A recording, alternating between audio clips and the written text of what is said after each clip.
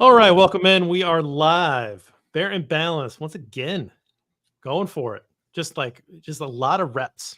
I feel like this is what's happening right now. I committed us to a lot of reps because we had all these camp tickets and we gave them out, and then we got a lot of people lined up to do camp shows, and then realized that those stacked close together, particularly when you're doing a Hard Knocks show as well. Yeah. I think the Hard Knocks what threw you off there because that was like an extra one. I mean, you planned for it. I knew it was coming, but I'm not sure you actually. I'm like I'm a visual guy, right? So when I see the spreadsheet, right, where we have the shows, I'm like, okay, that's a lot of stuff. And then I bet in your mind you didn't visually put the Hard Knocks one in there too. And then last night, man, what was HBO doing to us? I mean, meltdown city for Twitter was ridiculous. I mean, the funniest part, and again, for those of you that might not know all of our like friend group, that covers the Bears, but our friend Ross Reed, who I really like as a human being, he's a fantastic person. But we have had an ongoing conversation about Hard Knocks for quite a while, and he does not like the show. Before the Bears were announced, he was like, "Oh, they should cancel it. They should stop doing it. It's a dumb show. It hasn't been good for years." Like just ragging on it constantly, and I think I like it for what it is. It doesn't need to be this like grand statement on football or anything. It's just an entertaining show. It kind of marks the change of, summer starting to get about over, like football's almost here. It feels like this rite of passage for me. And I really like it. I think some of it's a little silly, but like, whatever, like I like it. Ross had the show because he's an old school guy and still has like actual HBO direct TV or whatever. And so he's live tweeting it out. And it's like, you don't even like it. Like, stop. Why do you get it? And I have to wait. And it got so late. And of course, I had scheduled Taylor to be the guest with me this week. And she's on the East Coast. Florida, yeah. So she's texting me. She's like, "What's wrong? Are you getting to?" I'm like, "No, it's all down everywhere." And we just kept texting back and forth. I'm like, "We're not gonna do this tonight. Like, you have to get up early tomorrow to like cover Jags camp. I'm getting old. I don't like to stay up this late." And like the night before, I was up really late talking to Jack. So that's right. Yeah, you have your Bronze Bears podcast series you've been working on this whole another thing going on. Yeah. Man. So I've got that. I've got that. That's the final conversation for that podcast series. So I'll edit that this weekend. I'll get that out, by the start of next week. But I was already up late one night this week. It's like, I can't do this again. Like I can't stay up to midnight again doing podcasting stuff. And then, so we got done with that just a couple hours ago. We put out the episode 2 recap of Hard Knocks Live. And then we got this one coming in, and we've got a guest that we're waiting on here to kick off. But we just had topics. Like It's starting to become that time of year where things are happening. So what do you think about the Falcons making a move for Matthew Judon, the edge defender from New England? And would you have wanted the Bears to make a move like that? Yeah, we heard some buzz that the Bears could have been possibly sniffing around. And then, of course, after the trade is made, Albert Breer tweets it out. Brad Spielberger tweets it out. The few other guys that kind of in the know that, the Bears were in the mix for that. So third round pick, I think, is a little too rich for a 32-year-old coming off an injury. I think if he was healthy last year, I think it kind of changes what could happen here with the Bears. But I think coming off the injury, 32 years old, they just want to kind of wait and see. And I'm okay with the Bears bowing out of this one. But I mean, look at the Falcons. I mean, the Falcons lost out on Sweat right last year because the Bears kind of swooped in there. They went quarterback in the first round. So they missed out on their edge there. They picked up, I think it was Trice later on, and then now he's injured. So it's a desperate team. They had to get a guy to come in, and I think desperation sometimes drives a GM to kind of spend more than they want to. So, who knows? We'll see if they get him signed. I mean, that's what the Jets are going through now with Riddick. They made that big trade, and then they didn't have anything in the deal to get him locked up. Yeah, I mean, talk about bad communication on that one. That's jeez, that's insane. And people, well, let's just trade for him. And it's like, I don't know that that's what you want to do either. A guy that gets traded and holds out, and another team will pay him. He's not going to just The funniest part of this are the people that are saying trade for Hassan Reddick to be a 1-year rental. And it's like, do you see what's happening? He's not playing on a Yeah, 1-year deal. yeah. He wants a new contract. So no, that's not a thing. That's not going to happen. Yeah, I think that that's I I mean, I'd be surprised if the Bears were even considering that high of a compensation for Judon, but I could be wrong. Just too many unknowns. I would imagine that they would have been more in the day 3 pick conversation, but we don't know for sure of what their mindset was. And then of course, Ian Cunningham's still in the room, so at least we know we have a guy who's acting as the cooler Yeah. to, Poles gets a little excited, He's the get Cunningham, back coach, right? the get back coach. Oh, that's good. Yeah, I was thinking about a cooler, like, just calm him down. But yeah, I do think that shows the Bears do want to make another move. Like, I think they want to bring another guy in. But about Austin Booker, I mean, he's trying to make a case for himself that, hey, you don't need to make another move. Just give those reps to me. Give the reps to Booker. I think Dominique Robinson, he's an intriguing player because very raw, right? Like coming out of college, he was a receiver, he was a quarterback. He only played defensive line for the 1 year. He had a huge splash, right? First game ever. Comes out and gets a sack right off the bat, a sack and a half, and he's been quiet since that first game. And we talk about a lot with quarterbacks how progression is never linear. I mean, the same goes for a defensive end was previously playing receiver and quarterback in college. So, I mean, maybe year 3 it's going to unlock for him. He added some good weight. It seems like he's bulked up a little bit. Maybe this is the year that I got Booker in mind, that Dominique Robinson kind of lives up to the potential that Ryan Poles saw in him.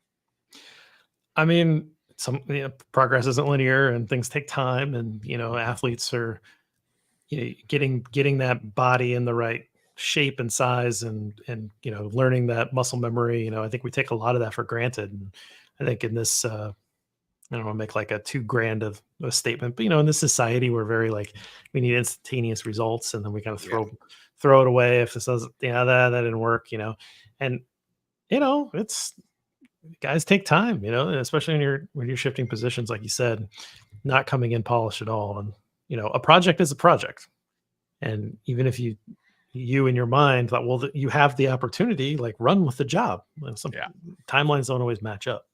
Yeah. So I have a question for you before we get into the show. What did you think of the Velus Jones ferret situation, given that you are a ferret owner as of like 3 months ago or whatever it is? It's very strange because, like, obviously you don't expect that in Hard Knocks. And he mentions it. And then today, did you happen to catch the press conference today? I didn't watch the press conference, but I saw on Twitter that like he went into big time detail. You have to check the clip out. If anything, the Bears tweeted this. They sent out just that clip because it was hilarious. He tells the whole story about how they got the ferrets, where they got the ferret from, South Central LA at this shady place. He was a little nervous going. It was a very cool story, and it kind of shows Velas's personality too. So it was kind of neat to kind of see him go through that. And I mean, he had the media room laughing, like, not just chuckling, they were like laughing like he was at a stand-up show. So it was kind of cool to see. I mean, it's my ferret's made a appearance here on the show a couple times in video. So he's asleep now somewhere. I don't know where he is, but it's an interesting little pet. I got to tell you that. They sleep, mine anyway, sleeps a lot, and he poops all over the place. So, but that's fine though. It's just funny because when you got him, you were like, kind of like, it's stupid ferret. And then like the last, you were like, oh, my ferret, like, oh, okay, he's kind of growing on you a little bit. He kind of grows on me a little bit. I mean, I'm in here, like, this is where I podcast here. This is also where I work. I work from home most of the week. This is my office, so to speak. So I'm in here.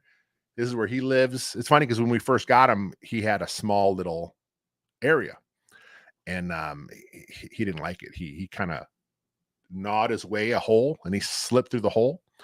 So we're just like, well, shit, I guess we'll just have to, keep the door closed.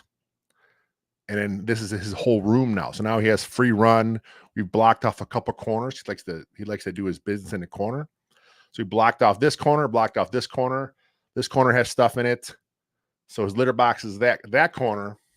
but he still misses the litter box all the time, which is like, come on, dude. But he's old. I mean, he's really, really old. So we're thinking he's either old and he just can't find there all the time, or he's spiteful because I don't pay enough attention to him. And he's in a every time I'm doing a show, he poops every time. Does like he just goes there, and then I look and I can't jump to him, right? And he's looking at me while he's doing it right on the carpet every time. And I'm like, God bless him. You think it's possible that he's got this spite in him? Like, I'm going to show 100%. You. How long do ferrets live? What is the lifespan of a ferret? I mean, it's not that long. And like I told you before, we got him. He was skin and bones. He had no hair. The vet was ready to put him down. My wife rescued him, obviously found him. The vet was going to put him down. My wife's like, I can't do it. He's too cute. And I'm like, don't bring another animal home. Jeez. So it's like growing back hair and it's putting on weight. It's fat now. I mean, it eats pretty good. I mean, literally he sleeps all day. And then when he's not sleeping, he runs around a little bit, but then he eats and drinks all day. He's put on a ton of weight. He's so he's an offensive lineman ferret. He is an offensive lineman ferret for sure. He's very, very lower, very big lower half he has. He's definitely put on a ballast. He's really put on the ballast so that he can handle the bull rush. He's got that anchor, so I think he'll be fine there if anything ever comes in after him. But yeah, he's fine. Still naked though. So. Oh, okay. Well, we'll get him some tonic or something to see if he can grow the hair back. All right, one more non-football topic, and then I don't know. Still waiting on our guest. Ryan said he's ready. He's on his way. He's getting his stuff together where he's at. Okay. So we can kick off whenever you want and bring him in. All right. I want one more non-football topic though. Okay. I saw a Zima tweet today. You did. A guy said that Zima leads to Smirnoff Ice leads to White Claw, and I tagged you in it. And I said, one has to wonder if you're a White Claw fan. And so, one, have you had a White Claw? And two, you have. And two, explain what you mean by Zima additives. I didn't want to ask because I wanted to save it for the show. Well, the popular thing, everyone says, oh, you put Jolly Ranchers in them. Honestly, I never tried it with Jolly Rancher. I have heard of Skittles back in the day. The popular thing in the clubs we used to always do was either just lemon or lime. Okay, sure. Or grenadine. A splash of grenadine really sets it off. Sure. But that's where I'm more. I'm more like a little fruit, a little twist of fruit. The grenadine was nice. It sets off if you're making a nice punch. It's a good mixture if you make like a punch with it. Okay. So when I bartended in college, Smirnoff Ice had just come out. Okay. And this was like kind of the popular drink. And then also Red Bull had just come out. And so I poured a lot of Red Bull vodkas and I snapped off the cap of a lot of Smirnoff Ices. But what was funny to me was that the biggest, baddest dudes that would come into this club were the ones that were ordering the Smirnoff. Like 90% of the Smirnoff were like the guys that like. Well, it's in their mind, it's still vodka, right? I don't know what they were thinking. I think it was like the cool new thing to drink. But these were guys that had unnaturally large bicep, like they were taking something, they're walking around, like that. And they're walking up and they're ordering Smirnoff Ice. And occasionally you get somebody that would ask for the grenadine in that. So, but you have not made the transition over to White Claw. That's what you're saying. So if I show up to your place with I rarely drink. I rarely have anything to drink. My wife will have a few seltzers in the house. So I've had them before, and they're a little more bitter than the I mean, they're like a traditional, like a water, Yeah, just like a sparkling water. With sparkling booze, water. Right? It's kind of just with a little kick in there. So this is hop water from Lagunitas. I really like it. It's no alcohol, no nothing. It's just sparkling water, but it kind of tastes kind of a beer. But actually, this one has like a bubblegum taste to it. That might be an interesting. I like it flavor. Yeah. Yeah, it's got like it. I mean, it's got other flavors, but I taste bubblegum. Okay. That's way too much non-football talk. So let's start a podcast. Let's kick it off. Like I said, he said he's right there. I'm sure he's getting his kiddos to bed, and he will jump on any second, so we can bring him in. Okay. All right. We will do that. Let's get this going. Welcome to Bear and Balance. I'm Jeff Burkus. On the other side of the screen, Lester A. Wiltfong Jr. Lester, the Chicago Bears 2-0 in the preseason, are back. They have a in-person live practice against another football team tomorrow. We're getting closer to the third preseason game. Things are starting to heat up, get real. Are you ready for that practice tomorrow? I am. I'll be there unless it's canceled. There's some bad weather supposed to be in the area, and we already got the email. It already came out saying that, be prepared. There's a chance they may have to cancel the practice. So apparently the franchise is monitoring the situation, and they're going to email fans at some point. The nice thing is it's a 1 o'clock practice. So the fans that are getting up extra early to get there, they should have a little bit of a notice. And I had no idea it was 1 o'clock either. I was talking to Sam Householder, who's also be there. He mentioned he was asking me for some tips, what time to get there. I told him, like 7 a.m. And he's like, this is a 1 o'clock practice. I'm like, I'm glad you told me, because I would have definitely been there. I was going to mention it to you tonight. Yeah. So I was going to mention that it was a little later. Yeah. This is the one I really wanted to go to. I did not know that it was a noon practice either, or a 1 o'clock practice. Gates open at noon. I didn't know that either when I was making my plans. I think that would have been interesting and maybe more difficult for me to make it if that was the case. But yeah. Well, all right, we have our guest that is here, and we're gonna bring him in. And so he was at camp today. So we are going to talk about camp. I'm going to switch over our banner. And we're going to welcome Ryan into the show. And Ryan, I have not talked to you in person yet. How do you say your last name? Droste. Yeah. Ryan Droste. Mentioned the E. Okay. Now, very important question. Have you ever had a Zima? Wait, let's see. Possibly in high school. I think the statute of limitations is passed at this point, so I don't think anybody's going to bust you. Yeah. No one's your mom might be disappointed. I don't know, but she may be disappointed that you were drinking in high school. Anyway, we were talking before we started the show. Lester was a big fan of Zima, but has not made the transition up to White Claw, and we were talking about the important differences between the two, and so that was before you got here. So my wife and I have gone through pretty much all of the seltzers at this point. Yeah, we like the high noons personally. High noon. Yeah. Okay. There you go, Lester. High noon if you ever want an alcoholic seltzer. I'll have to try that one out one day. Yeah. All right, Ryan. So big picture. So you're new to the Windy City Gridiron team. We're happy to have you on the show here to talk a little bit. You took your family to the practice today. Get a big picture. What was your sense of how that went? Had you been before? How did the kids take it? Kind of walk me through kind of the overall big picture of enjoying the practice. Well, first of all, I got to thank Lester, because he made it possible, because I was not able to get tickets when they went on sale. So he hooked me up. These were Jeff's tickets. We always get them together, and then we just kind of spread them amongst the team. So okay, nice. Well, yeah, you know what? I have never been to Bears training camp. Always wanted to go. Selfishly, I know it wasn't as good of a location, but I kind of wish it was still in Platteville, because it's only a 2-hour drive for me. Sure.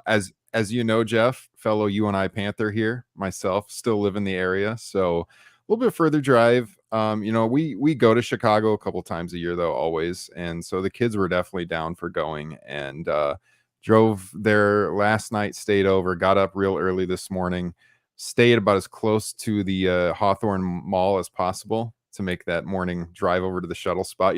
Very doable, and then we got on the first round of shuttles, got there very early, and I was a little surprised because I had looked at the forecast, and it was supposed to be pretty cool this morning, I thought, but it was very warm when we got there. I mean, it was definitely in the 80s this morning, and in full sun, so it feels hotter.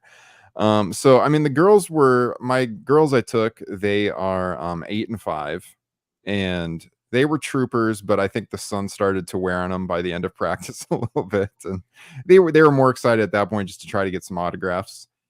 But yeah, I mean, we did, all the pregame stuff. Lester told me make sure to get in the Walter Payton Center. Took the girls in there. They ran the obstacle course a few times. They had a lot of fun with that. Nice. The negative was because I wanted to take in all of the the family stuff, of course, but then I didn't really get a great spot. I put some pictures and video clips out on my Twitter account today, so you can kind of see where I was. I was kind of near the end zone, off in the corner a little bit. I did get a spot like right on the ropes, but it was a little bit. Sorry, cell phone. It was really, it's difficult to see everything from where I was, because like they ran the 2-minute drill on the opposite end of the field. So it made it a little bit difficult. We tried, like we went up in the stands a couple of times, and there was nowhere to sit. You got to, as you guys know, get there pretty early for those seats. But yeah, I mean, man, we had a blast. Never been, so I thank my daughters for being along for the first ride for me too. And, they said they would love to go back next year. So we'll probably make it a yearly thing. But I mean, the Bears, they just run a tight ship. It was so well organized. The staff is extremely friendly. We did the raffle to possibly have the girls be able to carry the pads off the field or do the water drink thing. And I didn't go for that. My wife went in the Walter Payton Center for the drawing during practice. Apparently we were one number off from being the pad carrier. One number off. Insane. But no, so we didn't get that, but we got a few autographs. I don't remember them doing that, JB. Do you ever? I don't recall. I mean, I don't bring the kids ever, but well, we would always take off early, right? Like, we were like, when we're at the practice, we understand the rhythm and the cadence of the practice, and when it's getting close to being done, Lester and I are taking off. We're trying to get one of those buses so that we can get back. We can go have lunch and get about our day, come back to a podcast. A lot of people are sticking around waiting for the autograph lines and things like that. Lester and I are doing that. So that's kind of my question is, from a writer or a podcaster or content creator perspective, Lester and I have a different, like, we're there early, we're getting a good seat because we want to make sure we got a good view. We're checking out where we think the majority of practice is going to be based on some signals, of what's out there. We've got our water. We're not leaving. Like, we have our spot. We're there. We've claimed it, and we're there for the practice. And then we're getting out of there because we're not interested in autograph. We're not autograph hounds or anything. Mm-hmm. But from someone taking the kids, like, we don't necessarily get that perspective. And so I'm curious, like, as a dad taking your kids, and maybe from the kids' perspective, like, how family friendly is it? What did you do that isn't just like pure football stuff like Lester and I are going for? And is that something that's interesting and you'd recommend to people that are listening that maybe have never been and might want to take their kids to do that? I would 100% recommend going with your kids. I would say there's kind of an age gap though. Like, so for example, I have a 3-year-old. We did not take her. She stayed with the grandparents. And there were some people there who had small, like, little ones. I can't imagine my 3-year-old making it through though. That would have been brutal. I think, my youngest, she's 5, almost 6. I'd say that's about minimum age. Maybe you take a 4-year-old, because it just gets so hot. And, for them, you can do the activities for a while, but then there's just not really anything for them to do. Like, they have so much stuff set up when you walk in. So we did, like the pictures with Staley. They did the face painting. They're able to do that. We went to the merch shop, a lot of like photo op type stuff. They've got, like mock kind of lockers set up that you can go check out. We did that. Like I mentioned, Walter Payton Center. A lot of like samplings of food and things like that, plus the food trucks where you can actually buy things.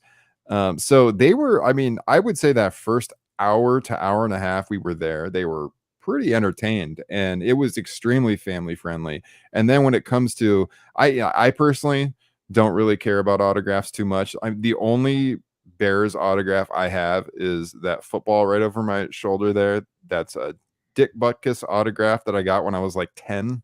A family friend got it signed for me. He lived in Chicago at the time, brought it back to Iowa and gave it to me. That's the only Bears autograph I have, which is, look, that's a pretty good one to have, but I'm not an autograph hound at all, but I knew my girls would like it. So I bought them, the autograph football and stuff. And then it's just kind of like at the end of practice, you just hang around and hopefully you get lucky and some guys come over to you. And the best autographs they got, no one that's like a super big star at this point in time, but ironically, two of the people who on last night's Hard Knocks were featured heavily came over and signed.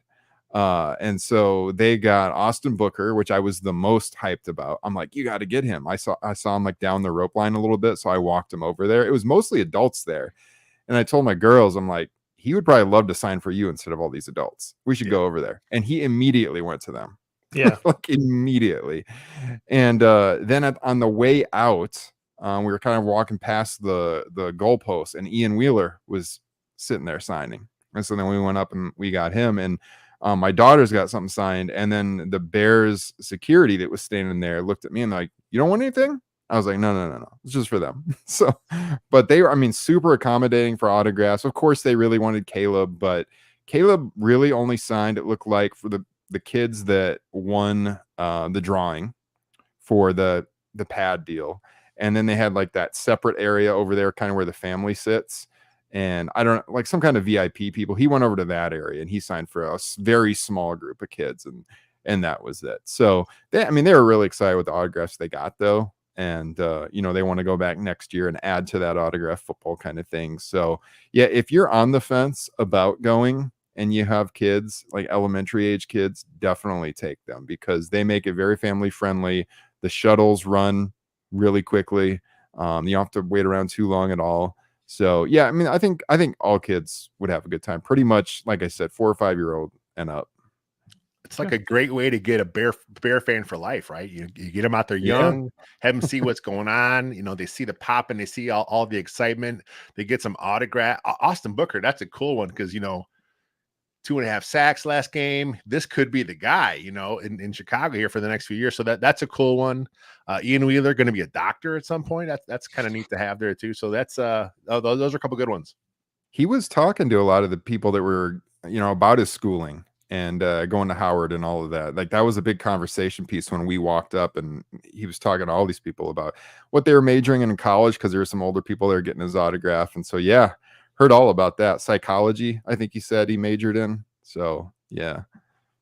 Yeah, it's good stuff. Good stuff. All right. Well, let's talk a little football. And obviously you saw practice, but you also were parenting. So yeah, understand if you maybe weren't locked into the field quite like you would be if you weren't doing that. But I'm curious, like, let's just start off. I buried it last time just because we always start off with Caleb Williams, but I'm back to starting it with Caleb Williams. So, what stuck out to you today? Caleb Williams, obviously the first time that you've seen him in person. You've seen a couple, I guess we've seen one preseason game. I think he had 7 throws. But what did you pick up in practice from Caleb? What has impressed you? What do you think maybe you're looking for in terms of improvement? Anything like that your early impressions of Caleb Williams? Yeah, so from what I saw, I mean, first of all, just the personality, even from where I was at, was coming through. You could hear his laugh across the field, joking around with the guys. You could see almost just how the guys gravitate towards him. Just the leadership elements was evident just from where I was watching from. So I did notice that right away. I've been reading a lot of the practice reports, written a couple for the website in the last couple of weeks too.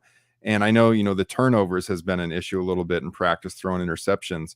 And I haven't read really any reports of today's other than what I saw, but I didn't see him throw any picks today. I don't know if he actually had any or not. I did not see any though. Did you guys know? I don't know if you saw. I think it might have been clean. I know I did the recap. I just pull a bunch of stuff off Twitter, obviously, and yeah, I'm trying to think back, and he might have had a clean day. I mean, it wasn't obviously the defense still had their moments, obviously. Yeah. That's they get theirs, but yeah, I mean, as far as like you said, yeah, the last few practices, there's a multiple. I don't remember them having any today. It's possible though. Yeah, and then also it seemed like one of the themes throughout camp has been false starts on the offensive line, penalties on the offensive line, and that was pretty clean today. I didn't see any false starts happen at all. In fact, they had some offsides that they drew on the defense that I noticed. Like there was one play where Caleb drew him offsides. So they had the free play, and I believe he threw it to Everett down the middle, and the pass was broken up. But it might have been Kyler Gordon that broke that up. I can't remember. I didn't have my notes on me, but I noticed that he drew some offsides. They didn't have any offensive line penalties, so it seems like they're kind of meshing better. at this point in camp. You know, Nate Davis was out there. He was one of the first guys I noticed as I started looking around the field. I tweeted that out, that he was out there in pads, because we all know everything that's been happening there. And I did see that Flus commented on the injury that he's been dealing with, but, you know, he was out there the whole time. No Bates, but, you know, overall it seemed like the offensive line was gelling pretty well today. And, you know, Caleb seemed pretty accurate. He had a nice pass to Keenan Allen, I saw in practice today along the sideline. He had in the 2 minutes they had some chances. Like, they moved the ball down the field. He had a good pass to Komet, a little like dump off pass to Swift that I had a video of up on Twitter. And then they took some shots into the end zone and they weren't able to get a touchdown, but they got down there. They had some opportunities. And, you know, overall, it seemed like he commanded the offense pretty well in the 2-minute drill at the end. You know, Lester, I don't know about you, but he just talked about how the security guard was nice to him, wanted to know if he needed an autograph. He just talked about tweeting out a video.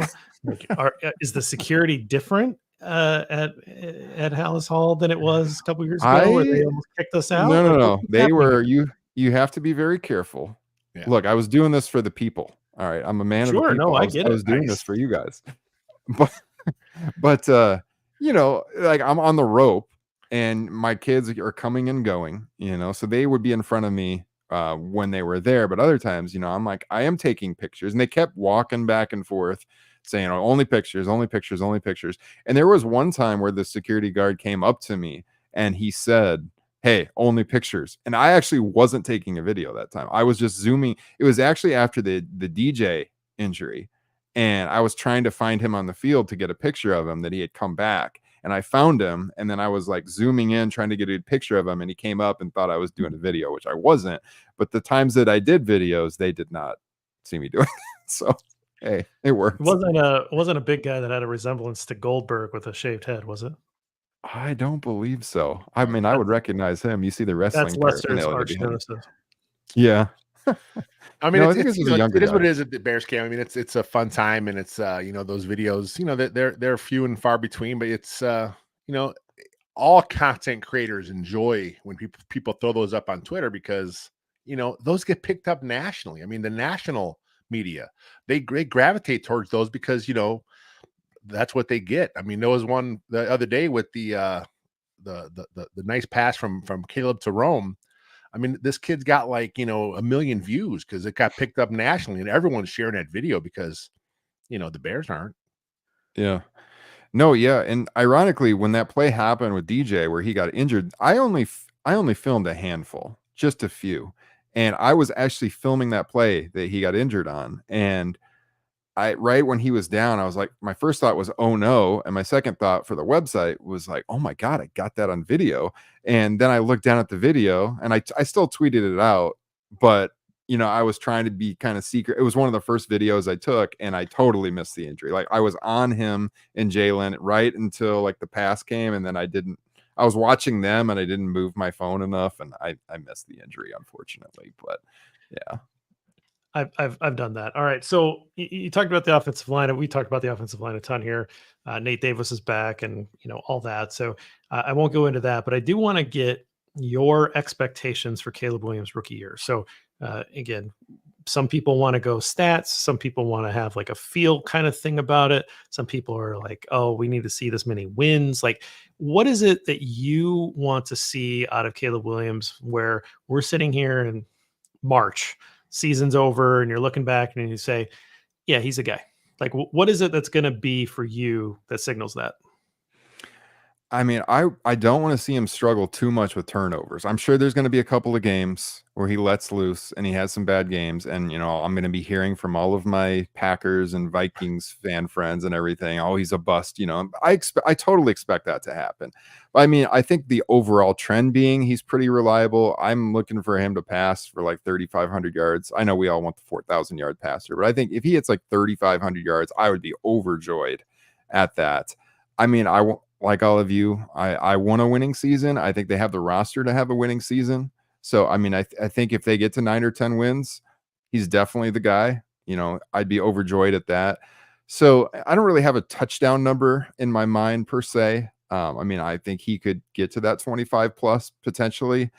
But they also have a pretty strong running back room. So I wouldn't be surprised if they get it down there to the red zone, and they rely on the running backs a bunch too. So, I think staying healthy, having those turnovers limited to a handful of games and not being a trend, throughout the year. But I think if he passes for 3,500 yards, they have a winning season, and he stays relatively healthy for most of the season, and we don't have injuries lingering throughout the year, and he shows that he's durable, that kind of thing. That's what I'm looking for, because we've had, for a long time now, it seems like no Bears quarterbacks can play full seasons. And if he played the full season, that would be incredible as a rookie to me, to see him go out there and stay healthy all year long. I would love to see that. And it's not all on him. They got to protect him, obviously. But being able to take those hits in the NFL and stick around and have a productive season and win some games. I love that 3,500. That's a mark where, yeah, we all want 4,000. That's like such a magical number for Bears fans, because we've never seen it, right? So we all want it, but 3,500 yards, that would shatter the Bears rookie passing record. It would destroy it. He'd be the greatest rookie passer of all time in Chicago history. Yeah, it's a very low bar, but let's start with the low bars, and then once you get those cleared, see what happens. But yeah, it's possible that he could set all the records, but just getting that, I think, would be a great start. And then you said, 9-10 wins, that puts you in a playoff hunt. Stay healthy. Let's do it. We're talking, if he can stay healthy, the full schedule, he only has to average just a little over 200 yards a game to hit it. Very, very, very doable, I think. So, yeah, I'm sure there'll be a few games where they're blowing teams out and they're just handing the ball off in the second half. That'll suppress his stats a little bit, but well, hopefully. I'm thinking big. I'm thinking big. I want the franchise record overall, not just the rookie record. So, all right, we're going to take a quick break. Stick with us on the other side of this. We'll talk a little defense, and we're going to get Ryan's 3 Bears for the year. So stick with us. All right, Ryan, I want to talk about the defense. And again, one practice, whatever, but you've been following a lot of the camp practices. You obviously watched this defense mature over last year, get a little better as the year went on. Didn't really lose any major pieces. Obviously Eddie Jackson's the only swap out with Kevin Byard. And so now you have a unit that's maybe a little bit more cohesive. They've been playing together now for 3 years in this system. You've got young guys that are improving. So, what are your expectations of this defense? And did you see anything today that kind of stuck out? Well, first of all, one thing I did notice that I was definitely going to want to talk about was there's some cool interactions between Montez Sweat and Caleb Williams that I noticed. Obviously, Montez has not been out there of late, and there was the issue with him hitting Caleb in practice, and getting pulled from the drills and stuff. So knowing that had happened in the past, there was at one point in practice, Montez kind of forced Caleb out of bounds to the side, but I don't remember if he was commenting on this or not, but he came up to him and loudly, I could hear it all the way down the field. It was like, "Hey, did you see that one?" And then they gave each other a big high five. So they had this kind of camaraderie moment. So if anyone was wondering if there was any heat between those two or anything, that is definitely not the case. They seem to be enjoying each other's company, at least at that moment in time. But my expectations for the defense is definitely to finish in the top 10. I think they could finish in the top 5, but I think given what they're building on offense right now, and if they had a top 10 defense and they can maintain that long term, this is a team that will win a lot of games for a long time. And as you mentioned, Jeff, they have been in the system now for a few years, so they should perform. I expect them to perform. I think, we talked about it a little bit ago, Austin Booker. I think if he can be that key guy opposite of Montez Sweat, I think this thing's going to be lighting up on defense all year long. He could have just a huge monster year and help him out a lot. I'm extremely confident in the secondary. The D-line worries me a little bit, and the linebackers too. But the D-line is a worry, but I'm very encouraged by what I've seen with Austin Booker. And so I'm going to have my eye on him a lot this year. You mentioned the D-line. I know you were driving back, to Iowa today. So I don't know if you caught that the Falcons made a trade for Matthew Judon from the Patriots. They sent a 3rd-round pick to him. and it came out that the Bears, by multiple insiders, said the Bears were involved in the trade talks too. Do you think there's another move coming? I mean, no, everyone talks about the Yannick Ngakoue possibility. You think something's going to happen here? I saw the rumors that they were going to be involved in that, so I guess that doesn't surprise me. But I did not see the official report that went down. So that is interesting. I think I've always kind of felt like Yannick is just there in their back pocket, and it's going to happen in the end. And so I've been leaning that way all off season. So I would not be surprised if they brought him back, but maybe given what we've seen from Booker just in a little bit of the preseason, if he continues to perform, this weekend in the finale, maybe they feel like they don't have to do that. But it's just kind of seemed to me like a no-brainer all the offseason that they would bring Ngakoue back. So yeah, we'll see.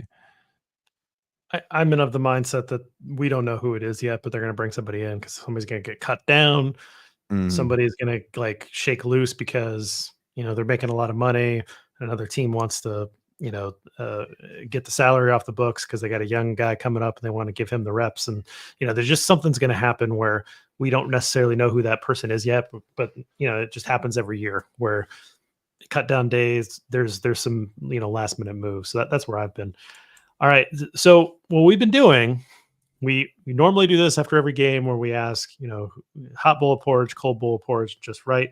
Don't know if you're familiar with the format or not, Ryan, but we've changed it up a little bit to say your predictions for the season. So for the hot bowl of porridge, I'd like to know who's the Chicago Bears player that you think is going to just exceed expectations, someone who's going to come out and just light it on fire, who's maybe people aren't talking about.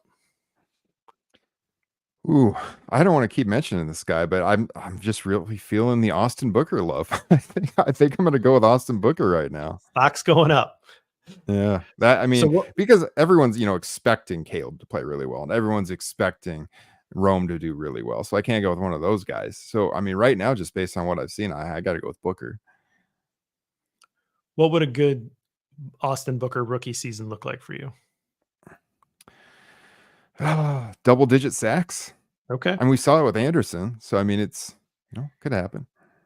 Yep. That's the name that I mentioned on a podcast about a month ago. I said, they were younger guys. And I said, you guys might not know this name, but Mark Anderson. Yeah. That's the kind of the hope there, and hope that he develops into something that's long-term as opposed to a little bit of a flash in the pan for Mark Anderson. Yeah. So flip that around, and the cold bowl of porridge. So this during the year is, a player that didn't live up to expectations. You don't want to be negative before the year, but maybe like, is there a player that people are thinking, hey, they're going to have a great year and you're a little worried about, or maybe you just not buying the hype? I think right now, God, I hate to pile on because his whole Bears career has been people piling on, but Halas in this running back experiment, I'm not sure that this is gonna work out. Well, he always seems like a super nice guy, and I love the story about the ferret that made its way out there in the last 24 hours and everything. Well, I mean, I guess the story was out there, but I didn't know anything about it until he talked about it on Hard Knocks, and then he commented on it today. Yeah, I've wanted this guy to succeed. It feels like they keep just trying because there's the upside. Dude's super fast, super athletic, and that's like, all right, now we're gonna make him into a running back. I don't know, man. I don't know that that's gonna work out. Maybe, I hope I'm wrong, but I've just kind of been out on Halas for a while. I hope he proves me wrong. I hope I'm sitting here at the end of the year. I'm like, man, they've turned this guy's career around. But I think I would have to go with him right now. That was the big talk. I mean, when they decided to change the kickoff rules, right? Oh, now that's a great place for Halas, right? He's going to fit perfectly there. It's going to really, make that play matter again. And then he kind of bobbles the one kickoff he had a chance to catch in the game. Yep. He's been moved to running back for the week. Who knows if that's going to be full time? I mean, they mentioned that it was going to be for the Bills game, but here he is today getting running back reps again. So maybe he's found a home there. I mean, in the regular season, he's looked pretty good in his really brief time as a running back. He's picked up some good yards. But yeah, I mean, Halas expecting much of him. I think that's a tough ask for Bears fans. Yeah, I mean, when he bobbled the kick the other night, I'm like, of course he did. It's like just yet again, that was disappointing. The tough scene. All right, so the third bowl is the Just Right Bowl, and again, projecting this out into the season is a little bit different because, the player that you just expect to do well and does well or whatever. Or you can answer like, who's the guy that you're most excited about on the whole team? Not expectations or anything, just a guy that you're really excited to watch. Hmm. I mean, there's some people that I think are very reliable that are gonna have good years. I mean, you just look at the linebacker room to start, and I mean, I think Montez is gonna have a good year. So I think those guys will all perform up to expectation. Jalen, of course, now he's got a chip on his shoulder with the top 100 and all of that. He's oh, by the way, if you haven't been to camp, I mean, like Jalen is a total firecracker on the field. He's getting the crowd into it. You can hear him screaming from across the field. Just so much energy, charisma coming out of that guy. I mean, I think he's gonna have a big year too. But if I'm looking at it as most excited to watch, I mean, I can't honestly say anybody but Caleb Williams.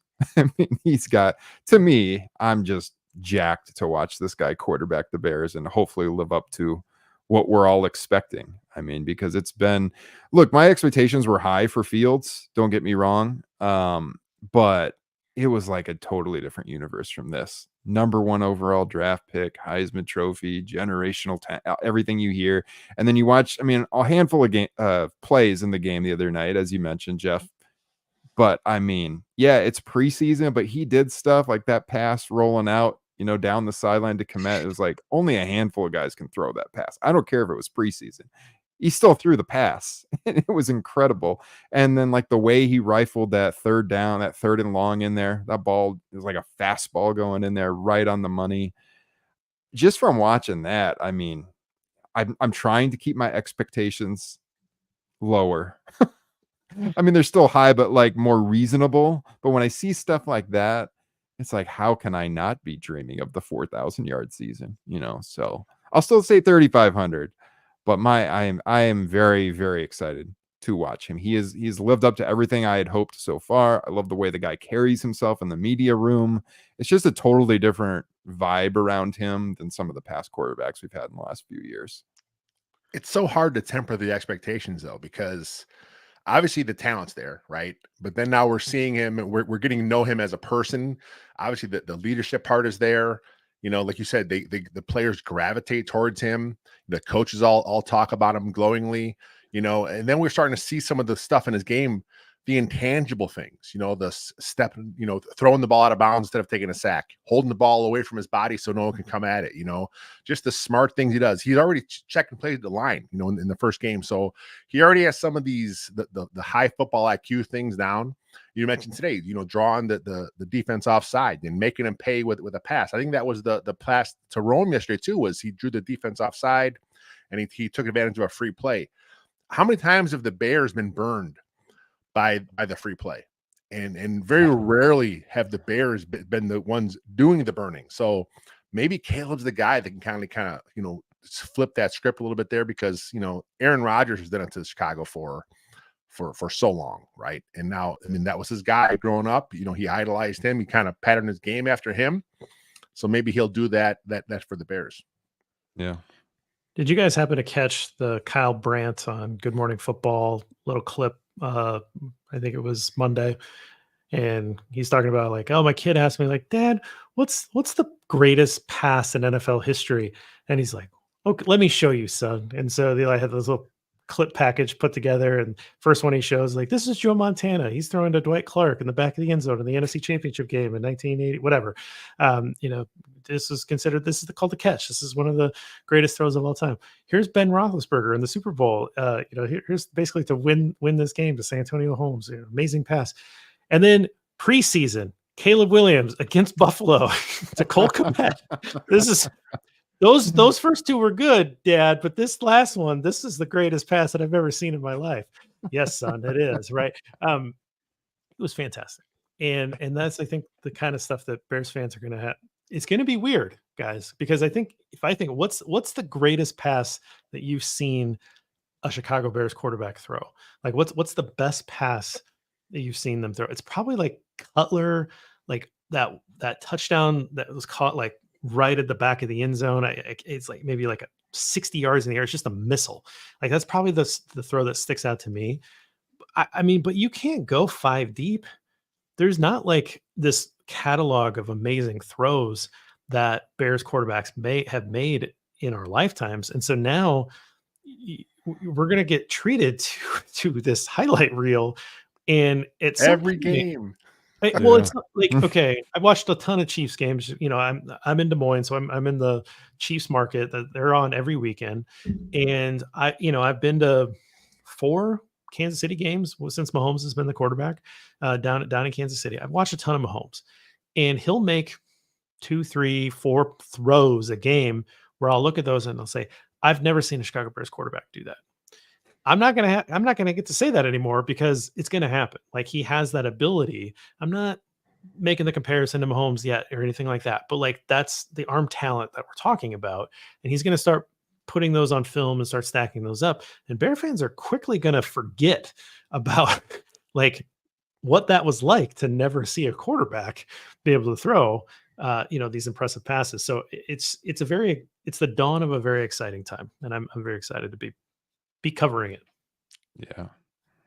Well said. I was thinking in my mind, what are the most memorable throws? And it's like one of them that stands out to me is that Grossman throw to Berrien in the NFC title game. I think that was more of a phenomenal catch, though, wasn't it? I just Probably. remember the snow and him like falling to the ground. It was, they were winning the game in a blowout. That one's pretty memorable. Yeah, a few Cutler ones here and there, but You got to go back to Bronco Nagurski with the jump pass in the 1930.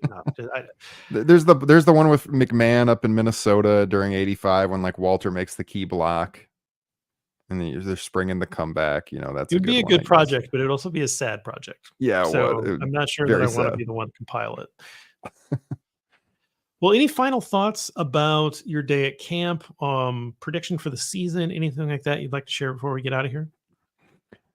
I am sticking with 10-7.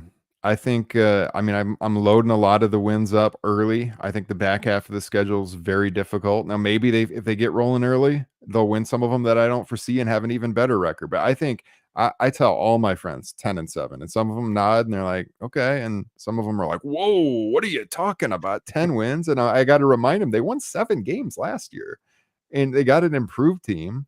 They had 3 games they should have won last year. I think 10 wins is very reasonable. I mean, I keep telling people 10-7, one of the final wild card spots. I think that's probably if they do that, I would be overjoyed. To start this, what we think is going to be multiple years of making the playoffs almost every year. And just, getting in this year, maybe they can make some noise, give them one more off season to like really, really solidify both lines. And I think they should be a contender next year if they have a 10-7 season this year and they make some more tweaks to the team. So I think this is the year where they launch what we're all thinking is going to happen in the years ahead. I mean, maybe that's too rosy for some people, but I think the schedule just really lines up well to a good start. And then 10 wins, I think, is very doable given the schedule. At least how it looks now. We never know. Some of these teams maybe they end up better than we think they're going to be, and then it's a more difficult schedule. But I mean, I think 10-7 is where I'm at right now. It's so hard. Like I said, it's so hard to temper the expectations because, like you said, they are coming off a pretty good season. They are coming off a really good off season. They are coming off getting Caleb and Rome Odunze and Montez Sweat here for a full year. So it's hard to not put those expectations on this team. But I think it's warranted. I mean, it's not just Bears fans doing it. It's from a national perspective. A lot of national pundits are saying, yeah, this team should be in the playoffs. They should be around that 10-win mark. They should be pushing for a wild card spot, if not the division here. So let's dream big. Why not? Why not? Expectations are there. I mean, even the betting market is reflecting that they expect the Bears to make the playoffs. You just got to embrace it. Like, it's not an overconfidence thing where you're walking in being like, this team's going to go 15-2 and have the number one. No one's saying that, but this is going to be a fun team. It happens every year. There's teams that sort of make that jump, and why not Chicago? It seems to be on that path. So, well, Ryan, well, thank you, for going to practice, for being willing to make that drive with a couple kids back to home and hop on with us and talk about your experience in practice. And welcome to the team. And we're looking forward to hearing more from you this year. Yeah. I think I'm going to be on one of the post shows for Hard Knocks here in a couple of weeks. So looking forward to that. Going to do some post shows during the season. as well. And of course, the writing as well. So, yeah, I mean, I'm overjoyed to be part of this team. Got a lot of talent, and it's going to be a fun year. So, appreciate you guys hooking me up with the tickets to go and inviting me on the show tonight. It's been a blast. Nice. Well, for you guys that are listening, we will be back. Assuming that there's practice, we will be back again tomorrow night because Lester is going to the joint practice. So we will talk. We'll talk there, and we'll have a guest, Brendan Shagru, as again if they have the practice. If not, we're not gonna hang out again. But hopefully they have the joint practice because that's going to be a lot of fun. Until next time, though, bear down.